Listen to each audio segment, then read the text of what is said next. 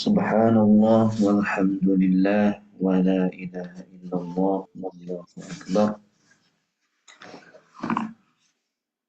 wa la hawla wa la quwwata illa billahil aliyyil azim wa sallallahu ala sayyidina Muhammad wa ala ali sayyidina Muhammad amma ba'd. Pagi hari ini alhamdulillah kita diperjumpakan kembali dalam murajaah kitab hadis Sahihul Bukhari untuk terhubung dengan hadis-hadis Rasulullah Sallallahu Alaihi Wasallam yang sahih yang diriwayatkan oleh Imamul Muhaddisin Abu Abdullah Muhammad bin Ismail Al-Bukhari. Pada Kitabus Shalah, kumpulan bab hadis tentang salat. Kitabu Mawaqidus Shalah, kumpulan bab hadis tentang waktu salat.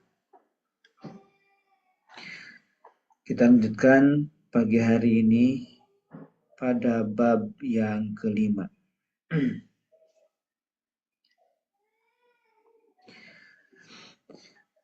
Imam Al-Bukhari berkata,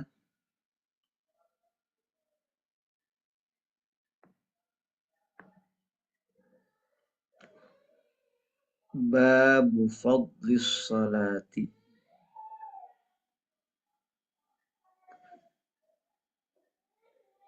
Bab keutamaan salat. Liwaqtiha, pada waktunya.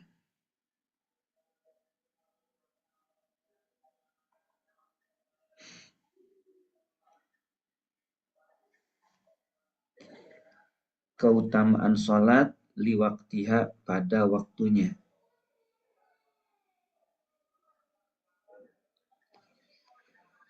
Di sini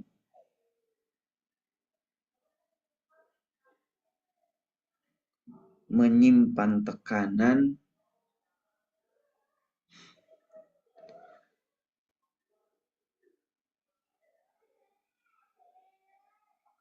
pengaturan waktu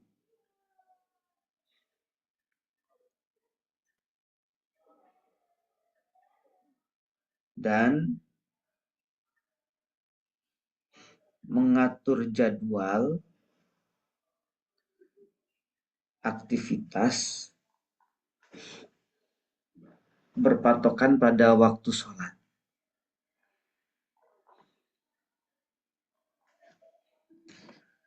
Hadis yang pertama dalam bab yang kelima ini, kitab yang ke-9, hadis yang ke-6, nomor hadis 518.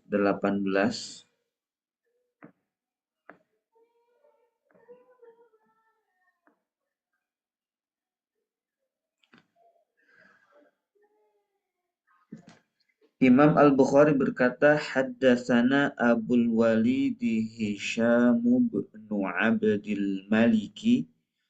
Kami telah disampaikan hadis oleh Abul Walid Hisham bin Abdul Malik.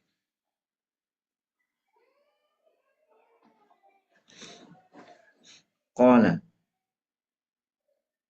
Abul Walid Hisham bin Abdul Malik berkata, haddatsana Syu'batu.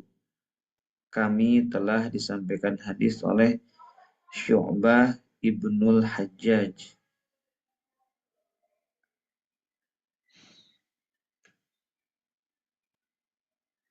Qala berkata, Al-Walid ibnul Aizari.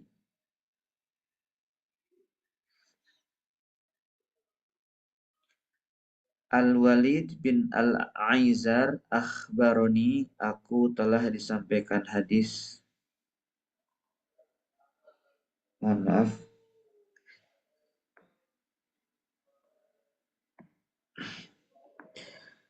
Qala, Syu'bah berkata, Al-Walid ibnul Aizari akhbaroni. Al-Walid bin Al-Aizar menyampaikan berita hadis kepadaku.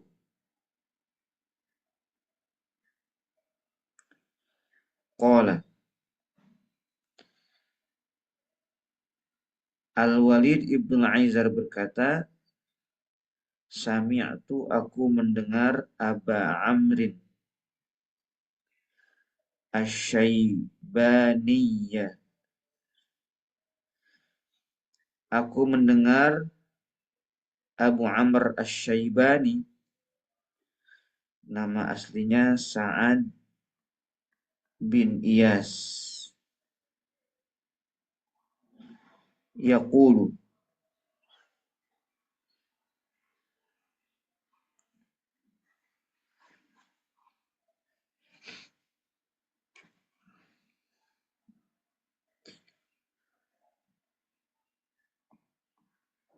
Abu Amr Asy-Syaibani berkata, haddatsana sahibu hadhihi dari. Kami telah disampaikan hadis oleh pemilik rumah ini. Oleh pemilik rumah ini. Pemilik di sini tentunya penghuni rumah ini.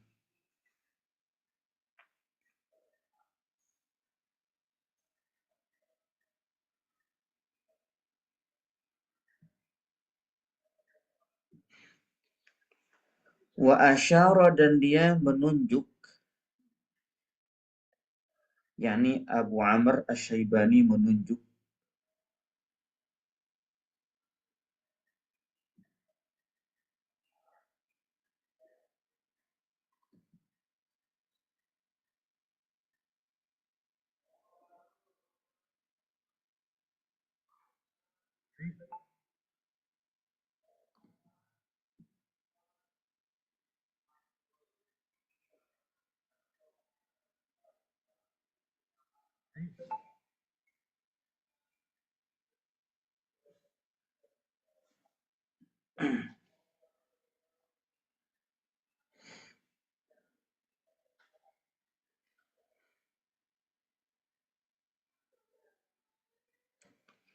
ila dari Abdillahi kepada rumahnya Abdullah bin Mas'ud.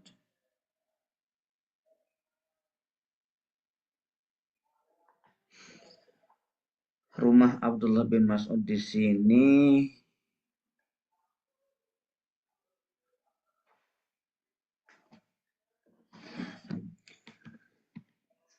apakah rumah Abdullah bin Mas'ud yang di Madinah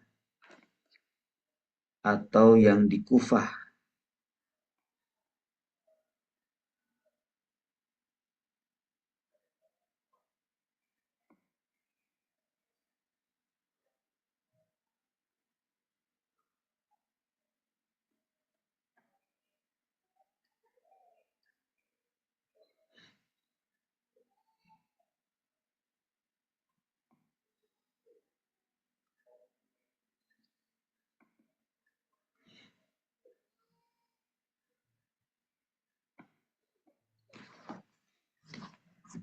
Saya menduga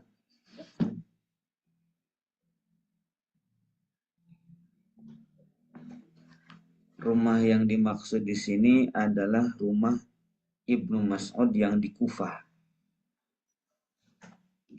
yang di Irak.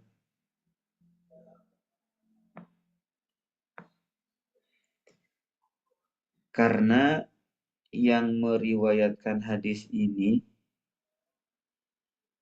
Abu Amr Asy-Syaibani ini muridnya, murid Ibnu Mas'ud yang orang Irak.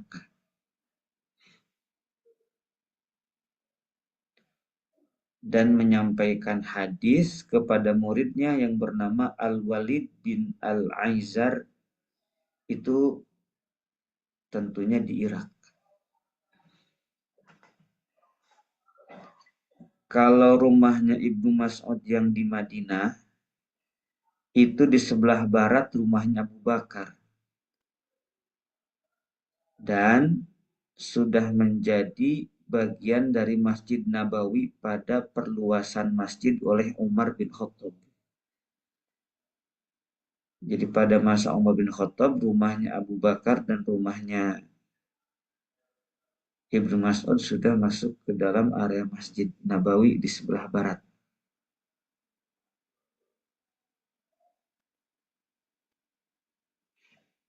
Sehingga kemungkinan besar maksud di sini adalah Abu Amr Asy-Syaibani menunjuk kepada rumahnya Abdullah bin Mas'ud yang di Irak. Kata Abu Amr Asy-Syaibani, kami telah disampaikan hadis oleh penghuni rumah ini, yaitu Abdullah bin Mas'ud. Pada saat itu tentu Abdullah bin Mas'ud sudah tidak ada.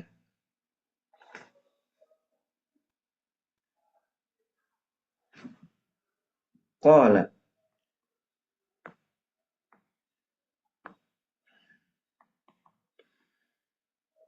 Abdullah bin Mas'ud berkata,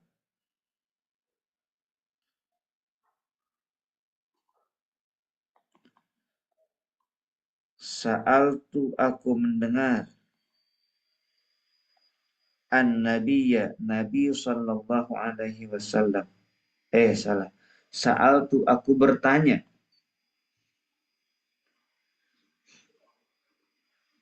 Kata Ibnu Mas'ud, aku bertanya kepada Nabi sallallahu alaihi wasallam, ayyul amali, amal apa, ahabbu yang lebih dicintai ilallahi kepada Allah.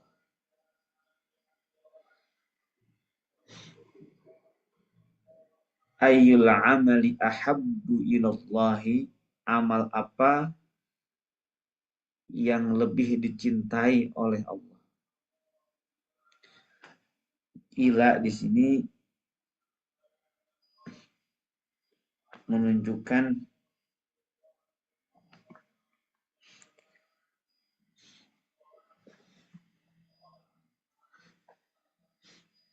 sampai ke Allah.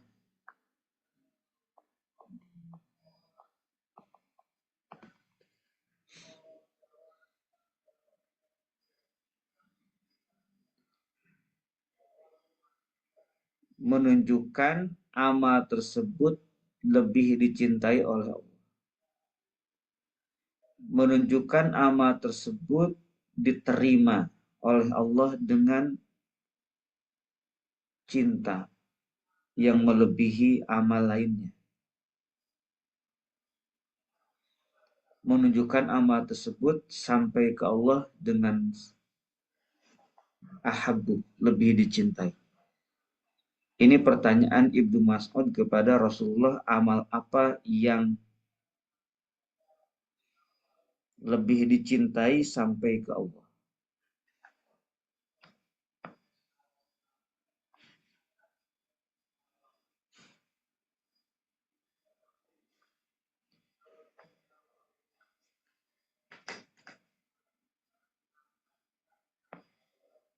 Qala,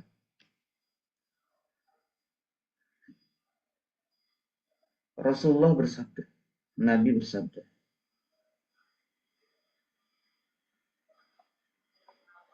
as-salatu amal yang lebih dicintai sampai ke Allah adalah sholat ala waktiha, di atas waktunya.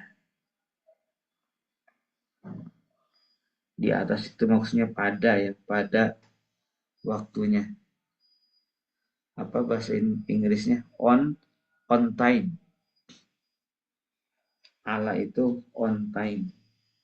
Di atas waktu, on time, ya.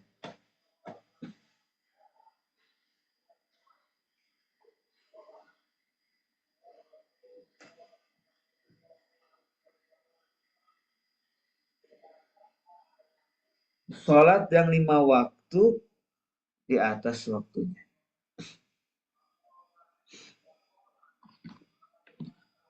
Menunjukkan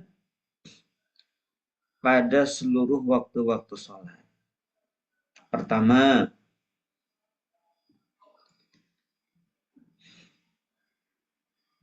awal waktu.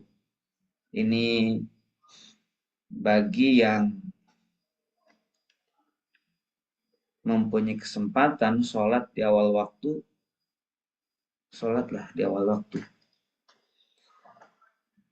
Artinya tidak ada ibadah lain di awal waktu sholat itu selain sholat. Maka pergunakanlah awal waktu ini. Kalau ternyata di awal waktu kita masih mengerjakan ibadah yang lain, misalkan lagi belajar ilmu, maka setelah selesai belajar ilmu,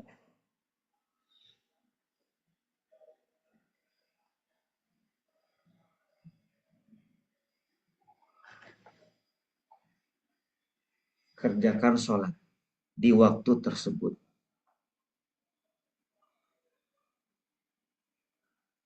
Kalau ternyata pas mau sholat ada makanan dan kita sedang lapar, makan dulu, terus sholat.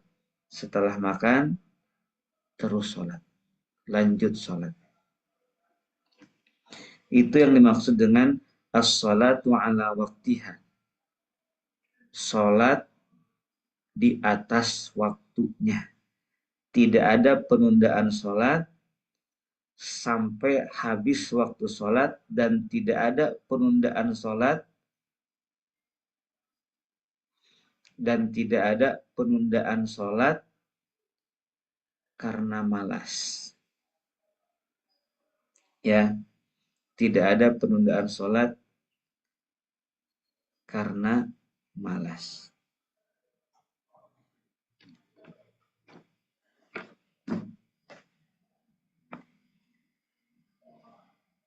Itu yang maksud dengan sholat di atas waktunya. Waktunya terbentang, lama.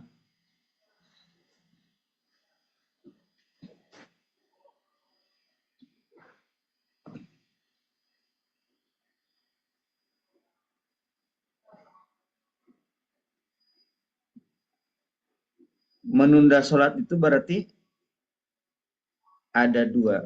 Menunda salat sampai habis waktu.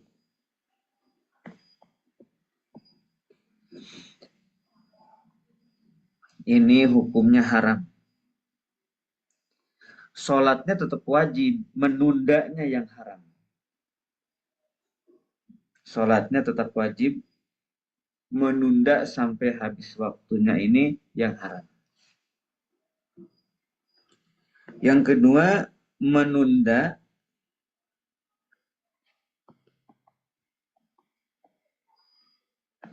tidak sampai habis waktu. Ini dibagi dua. Pertama, karena malas. Malas itu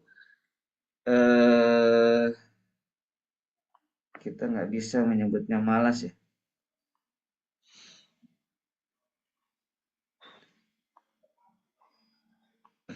Bahasa fikihnya bukan malas.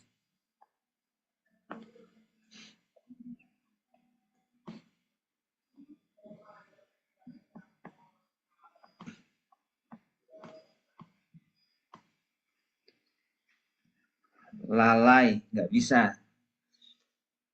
Lalai itu habis waktu, itu namanya lalai. Menunda sampai habis waktu, itu namanya lalai. Kalau menunda belum habis waktu, itu bukan lalai.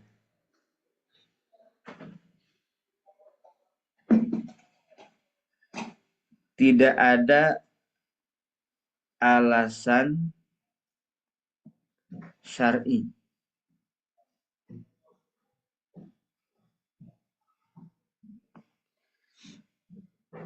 Tidak ada alasan syar'i. Ini hukumnya makruh.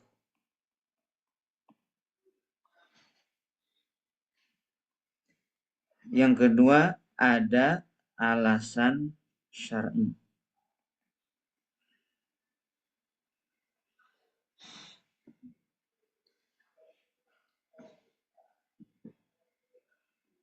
Ada alasan syar'i. Maka penundaan yang tidak sampai habis waktu dan ada alasan syar'i, maka ini tidak makruh dan tidak haram. Makruh saja enggak, apalagi haram.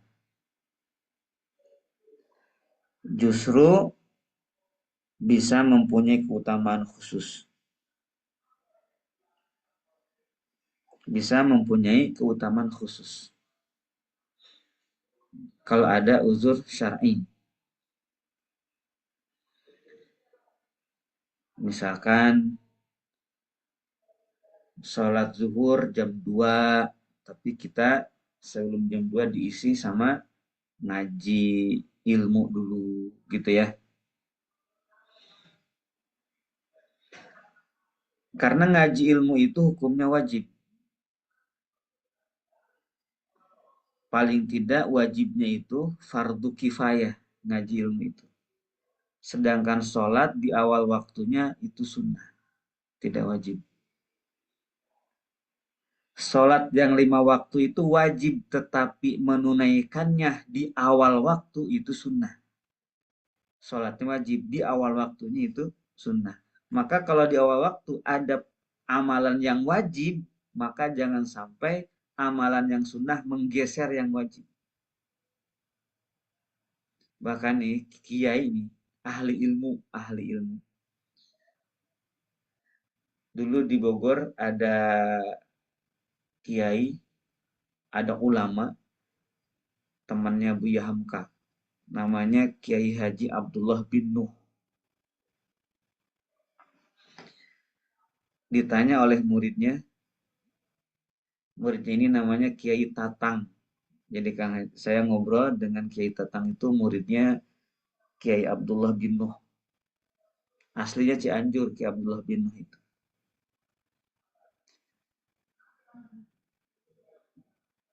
Mama kumaha upami orang ke ngaos, nuju ngaos ya. Jadi nuju ngaos aya azan. Nah azan dijawab atau napi teras wae ngaos. Jawabnya tekedah, orang Sunda kan, Sunda. Kiai, kalau kita lagi ngajar, tiba-tiba terdengar suara azan, apakah berhenti dulu atau lanjut ngajar? Lanjut saja ngajarnya. Tidak dijawab azannya. Karena belajar ilmu itu wajib, menjawab azan itu sunnah. Nah itu, jangan sampai amalan yang sunnah menghentikan yang wajib. Begitu ya. Itu kalau yang ngejawab adalah ulama. Ya, yang ngejawab adalah ulama, pakai ilmu. Kalau yang ngejawabnya adalah seorang dai, beren semua. Eren tuh berhenti. Lagi ngajar, lagi ngapain, pokoknya berhenti, langsung dengerin azan. Itu biasanya yang menyampaikan dai, bukan ulama. Jangan pernah kita bilang itu ulama, udah azan kok masih ngajar ya. Itu namanya ulama. Kalau orang awam memang harus berhenti ya pas azan, tapi ke ulama terus aja karena apa yang dikerjakan itu wajib gitu ya. Atau misalkan contoh apa lagi di jamak takhir, asar, zuhur ke asar, maghrib ke isya. Itu penundaan yang ada alasan syar'i. Artinya ada penundaan di dalam waktunya, dan penundaan tersebut kita bukan karena malas ataupun karena lalai, tetapi karena tahu ilmunya dan ada amalan dalam waktu jeda tersebut, ya, yang wajib, yang pahalanya lebih besar, yang pahalanya lebih besar.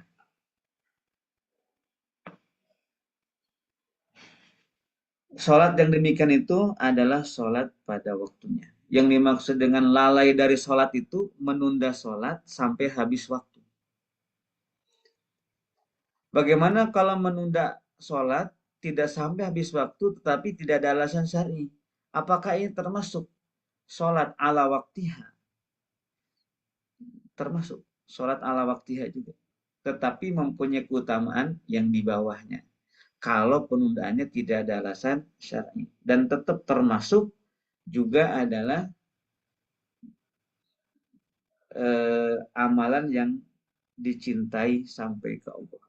Ya, ini saya lagi menyampaikan ilmu, ya, lagi menyampaikan ilmu, harus naik level di sini bahwa sholat itu harus pakai ilmu, ya.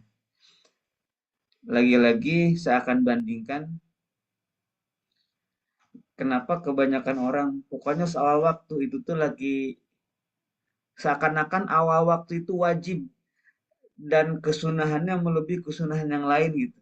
Itu kalau saya amati kiai-kiai atau ustadz yang bilang begitu,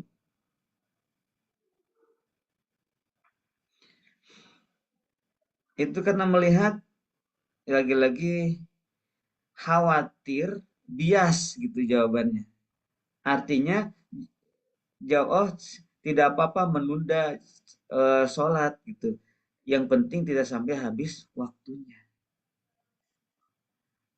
Khawatir jawaban itu menjadi alasan orang malas untuk malas. Itu saja sebenarnya.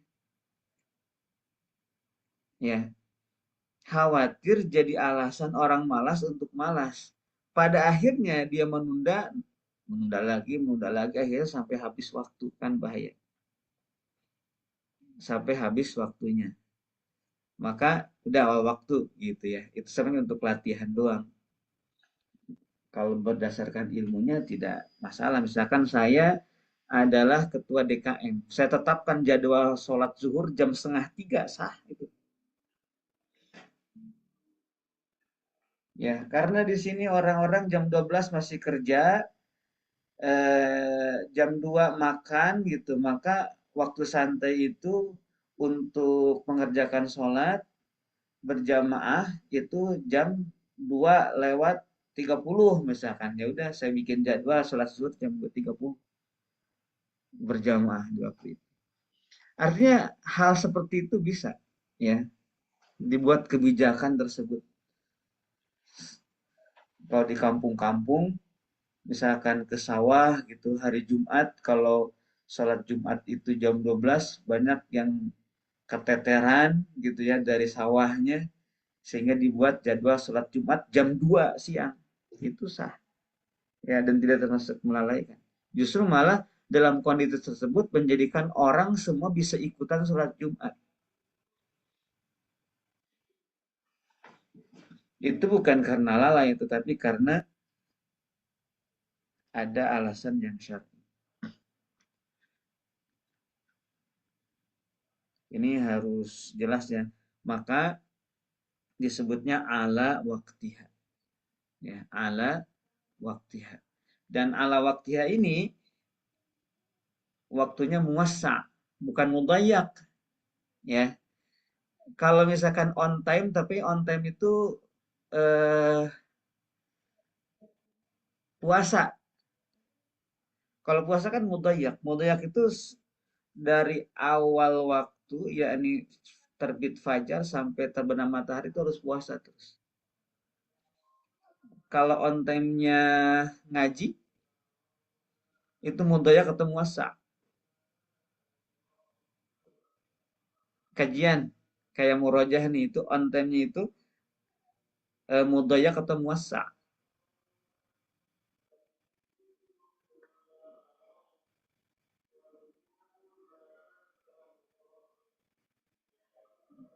muasa. Jadi kalau ketinggalan dikit nggak masalah, dapat ujungnya doang gitu ya. Yang penting ikut ngaji. Nah, kalau menurut saya muasa ya. Kalau ngaji seperti ini, muasa. Menurut saya artinya tetap orang yang datang belakangan punya pahala juga, termasuk ngaji juga. Walaupun hanya semenit doang gitu ya. Tetapi ya jangan bandingkan dengan yang dari awal itu ya. Pahalanya tetap yang dari awal banyak.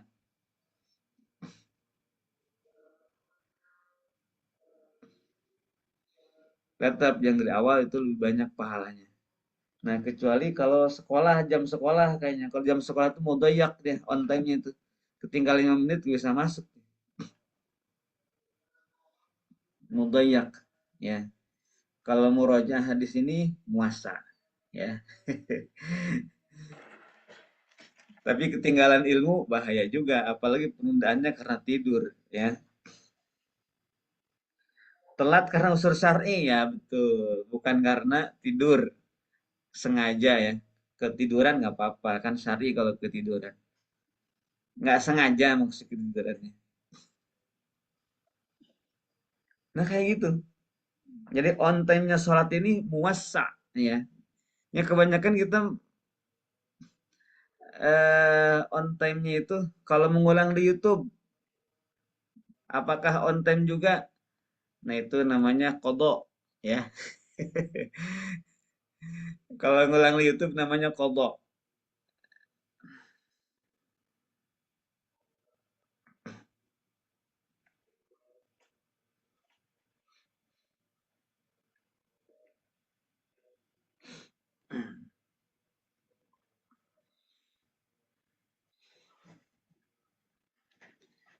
Baik, jadi kodok itu punya pahala juga sama. Tetapi tetap tidak seperti yang langsung ini pahalanya ya. Dan kalau ngaji ini bisa dikodok kalau ngaji. Tapi kalau sholat itu ya haram menundanya sampai habis waktu kalau sholat. Ya, kalau ngaji bisa dikodok dan tidak haram. Ya,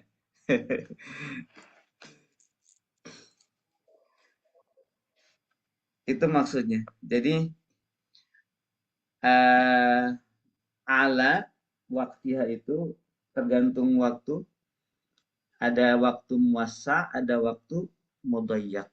Ya, kalau waktunya muasa, ya walaupun tidak awal waktu itu ala waktiha. Selama belum habis waktunya. Tapi kalau amalan itu mudayyak,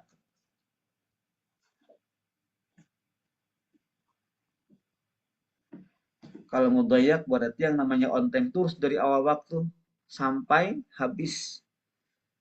Jadi kalau mudayyak berarti kalau sekiranya sholat ini mudayyak berarti contohnya sholat zuhur dari jam 12 sampai jam 15. Itu sholat 3 jam. Nggak berhenti. Itu namanya mudayyak. Dari awal waktu sampai akhir waktu. Nah, nggak begitu konsep waktu sholat ya. Baik. Nah itu as-sholatu ala waktu. Jadi saya punya tekanan di sini tentang waktu sholat muasa. Waktu sholat yang muasa. Tapi jangan pernah sekali-kali karena ini muasa akhirnya menjadi alasan untuk bermalas-malasan. Ya, bukan. Tetapi ini untuk kita memilih waktu yang tepat agar sholat kita berkualitas. Agar sholat kita berkualitas. Khususnya bagi ibu-ibu nih yang tidak ada kewajiban sholat berjamaah di masjid. Nah, kalau sholat berjamaah di masjid kita nggak bisa milih, tergantung imam dan jadwal yang diterapkan di dalam masjid. Ya, dan memang awal waktu itu mempunyai keutamaan khusus. Jika memang pada waktu yang bersamaan tidak ada amalan yang wajib selainnya.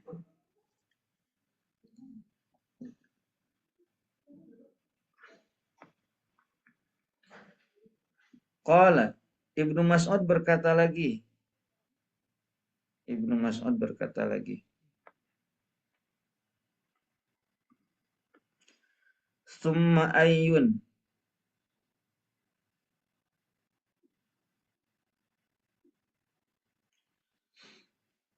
Kemudian apa lagi?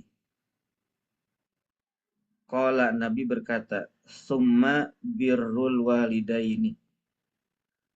Amal yang lebih dicintai sampai ke Allah itu adalah berbakti kepada orang tua. Berbakti itu taat maksudnya. Taat perintah. Berbakti itu taat perintah. Perintah orang tua. Soalnya definisi berbakti itu apa sih? Bir itu, al-birru itu taat perintah.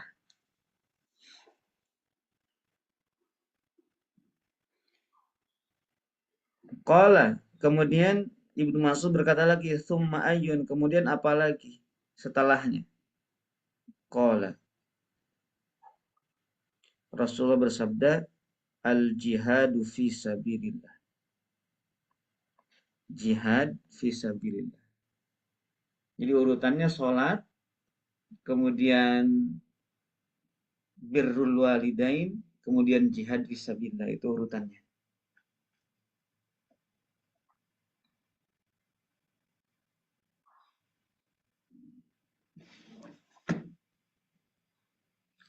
Makanya kalau ada orang misalkan jihad tapi nggak sholat, nah naonan itu ya, nah naonan tapi tidak sholat sampai atau menunda sholat sampai habis waktunya padahal tidak dijamak, itu pun juga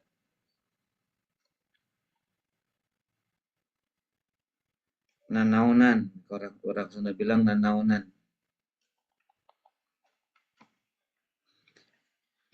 Qala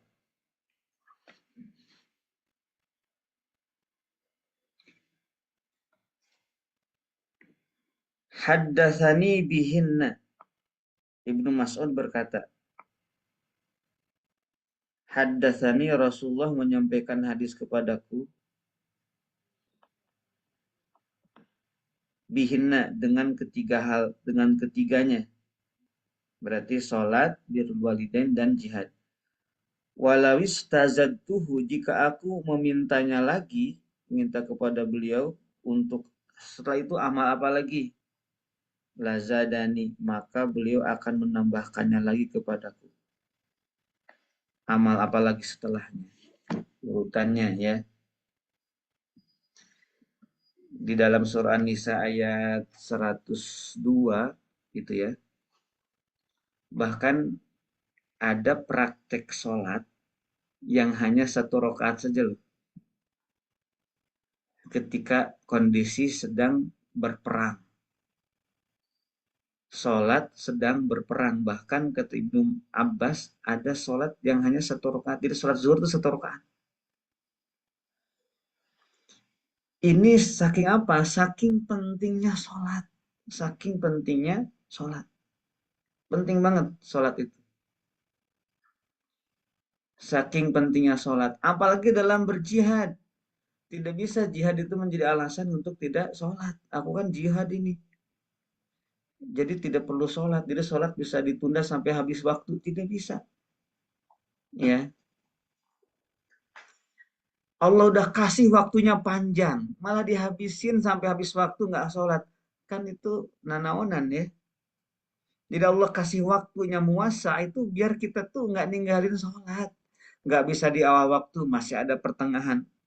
Pertengahan nggak bisa, masih ada lagi. Jadi ibaratnya ditungguin tuh sama Allah tuh sampai habis waktunya. Ya, sampai habis waktunya. Menunjukkan pentingnya sholat dan pentingnya sholat di waktu sholat. Di dalam waktu sholat. Nanti akan ada keutamaan dibahas tentang gimana sih keutamaan awal waktu itu gitu. Nah, kalau di sini tidak sedang membahas awal waktu, tetapi seluruh waktu sholat yang muasa ya, yang muasa. Kalau misalkan hadis ini takwil bahwa ini maksudnya adalah awal waktu sholat, nah itu takwil namanya, bukan makna eh, makna lahiriah dan yang tersurat dari hadis ini. Yang tersuratnya waktunya yang muasa, ya. Itu barangkali pada pagi hari ini, dan kita di dalam kitab ini akan membahas waktu sholat, ya, waktu sholat. Jadi kita akan membahas waktu sholat terus. Maka kita semakin paham waktu sholat itu kayak gimana, ya. Maka saya kasih judul kitab waktu sholat ini, sholat tepat waktu sesuai tuntunan wahyu. Sholat tepat waktu sesuai tuntunan wahyu. Begitu ya. Ini saking pentingnya sholat sehingga dikasih waktu itu muasa, ya, muasa. Coba bayangkan, sholat cukup 5 menit. Waktu zuhur itu sampai 3 jam loh. Masa iya nggak bisa tuh ngambil yang menit dari 3 jam itu?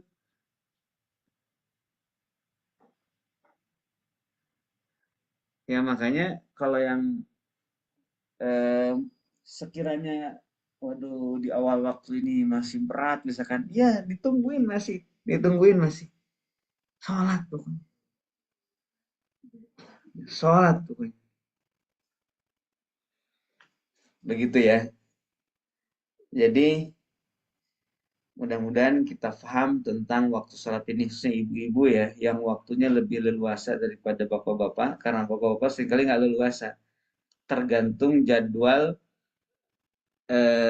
di masjid kalau bapak-bapak ya, di waktu normalnya, waktu biasanya.